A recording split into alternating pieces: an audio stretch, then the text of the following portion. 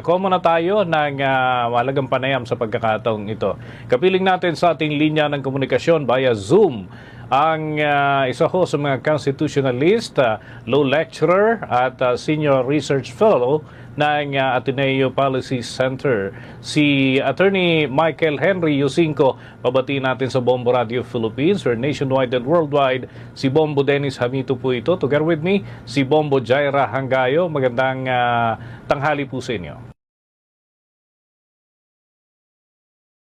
Okay, check muna natin yung linya ni Attorney Yusinko, mga kabombo, sapagkat importante makuna natin ho ng saloobin yung observers dito sa takbo ng politika sa ating bansa. Ito muna, unang-una, nais ko pong maitanong, Attorney, sangayon ba kayo dun sa namumuong debate ukol sa usapin ng West Philippine Sea? Hindi kaya ito, sabi nga ng iba, baka raw maglantad pa doon sa sariling weakness o weaknesses ng ating posisyon dyan sa pinagtatulunan ng bahagi ng karagatan, kung meron man. Ano ho ang inyong pananaw? Hindi ako masaya doon sa mga debate, sa mga actually, Dennis, hindi nga debate na nakikita natin, bardagulan bangayan ang nakikita natin, So, kasi nagpapalitan ng mga maanghang na salita ang ating mga political leaders, Siyempre, nakikisaw-saw din yung mga opisyales ng embahada ng China sa bansa natin. So, ang hindi nakakatuwa kasi unang-una, tayong mga outside observers, tayong karamihan ng Pilipino, baka maisip natin na hanggang ganito na lang ang usapin ng West Philippine Sea issue, na ang mananaig lagi is bangayan at bardagulan, hindi yung mabuting pag-uusap, So yun yung hindi nakakatuwa sa nakikita natin. Of course, yung binanggit mo na pangamba na baka lumantad or lumabas yung mga kahinaan natin. Alam mo, Bombo Dennis, obvious naman kung ano ang kahinaan natin . Hindi naman ito natatago. Ang kahinaan natin is kulang na kulang ang ating defense capability. I mean, hindi naman yan lingid sa kaalaman ng karamihan na isa tayo sa mga pinakamahinang Navy at ang ating armed forces ay talagang nahuhuli sa kakayahan ng mga ibang bansa dito sa region natin. Kaya nga meron tayong kaya nga napasa yung batas na Self-Reliant Defense Policy Law last year para magkaroon tayo ng paraan na palakasin lalo ang ating kakayahan na ipagtanggol ang ating mga karagatan, ang ating teritoryo at ang ating soberanya. Okay. Ito sa pananaw po ninyo, Attorney, angko pa rin ho ba yung lumang approach na ginagawa natin hanggang sa kasalukuyan, pero ito ay nag-umpisa dati pa, kung di ako nagkakamali, mas naging agresibo during Aquino administration at yung mga pagtugon sa usapin ng West Philippine Sea? O sa tingin ho ninyo, kailangan ng baguhin, ibahin at i-modernize kung sakasakali, Attorney? Well, ang strategy kasi natin, if I'm titignan ko lang or pakikinggan ko lang yung sinabi ng spokesperson ng Maritime Council, yung nabuong Maritime Council sa atin. Ang sabi niya, ang strategiya ng bansa natin is to resolve the issue through diplomatic channels, through diplomatic processes and protocols. Now, kung yan ang strategy natin, that is the correct strategy. So, ang kailangan lang siguro natin i-review is yung ating implementation nitong strategy na ito.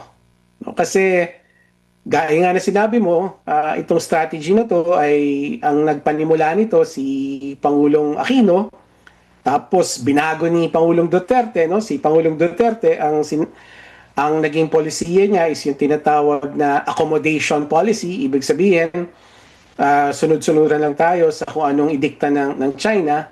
At ito'y binaliktad ulit ni Pangulong Marcos nung sa termino na niya.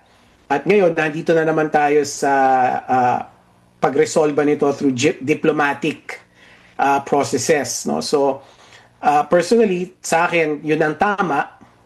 Pero ang kailangan nating tignan sa ating sarili is kailangan kasi nasa isang pahina tayo lahat dito eh. Yung lahat tayo ay sumusunod lamang sa isang kumpas. Right? The way what's happening now is meron tayong mga opisyales sa gobyerno na sumusunod sa sarili nilang kumpas. No?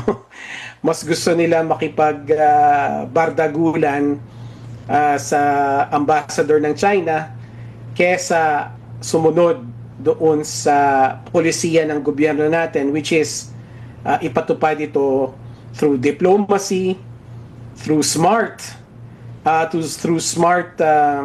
engagements, gaya ng sinabi ng spokesperson, no? At huwag masyado dito sa tinatawag na performative rhetoric, yun yung salitang ginamit niya.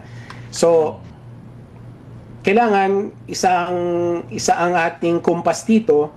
So dapat yung mga public officials natin na maingay, sana naman makinig sila dun sa sinasabi nung spokesperson ng National Maritime Council. I see. Bago po yung iba pang punto na nais ko pong maitanong, bigyang daan ko muna itong katanungan ni Bombo Jai Rahangayo, ang akin pong co-anchor. Bombo Jai? Yes, attorney, sa kabuuan nitong Transparency Initiative ng Marcos Administration, masasabi niyo po ba o masasabi ba nating nagkaroon din ito ng breakthrough? Oh, definitely, Bombo Jaira, no?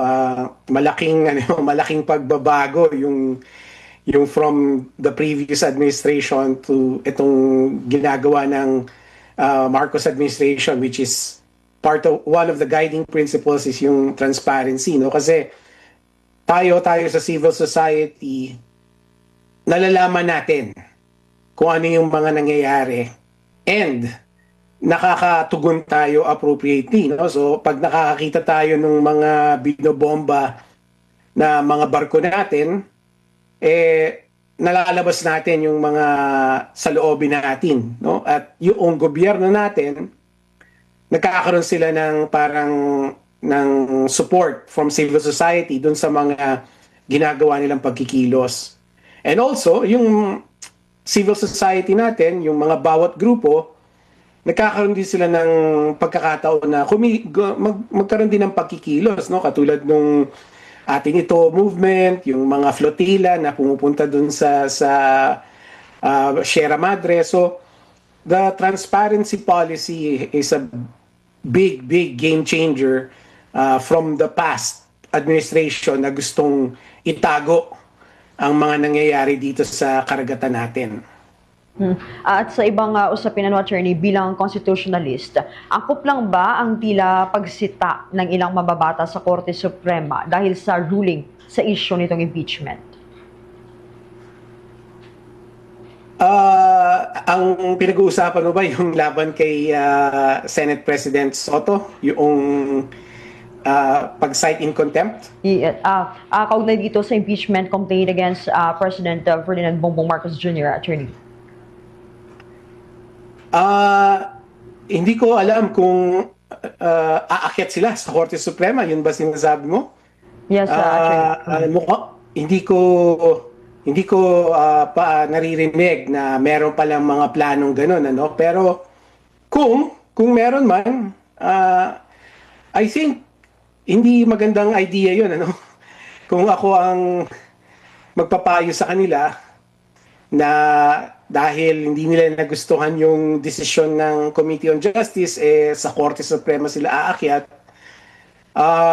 I wouldn't advise that, no? Kasi ang gusto natin maiwasan, Bombo Jaira, is mangialam ang Korte Suprema sa mga usaping politikal. No? Ayaw natin yun eh. Ayaw natin ng yung tinatawag nating judicial overreach. No? Ang gusto natin, political matters remain in the political realm. So, dapat ang mga mambabatas, ang taong bayan, ang magre-resolba ng mga ganyang klaseng mga issues, no? Kasi what's involved here, yung impeachment ni Pangulo Marcos at yung eventually yung nangyari doon is really a political issue, no? It's a political matter. Now, kung iaakit mo yun sa Korte Suprema, kung ano man yung hinaing mo, that's giving the Supreme Court an opportunity again to intervene in political matters under their extraordinary jurisdiction, no? Kung merong grave abuse of discretion, yun na nga ang gusto natin maiwasan, ano, para hindi nangingialam ang Korte Suprema sa mga usaping politikal. Okay, thank you so much, Attorney Bombo Dennis.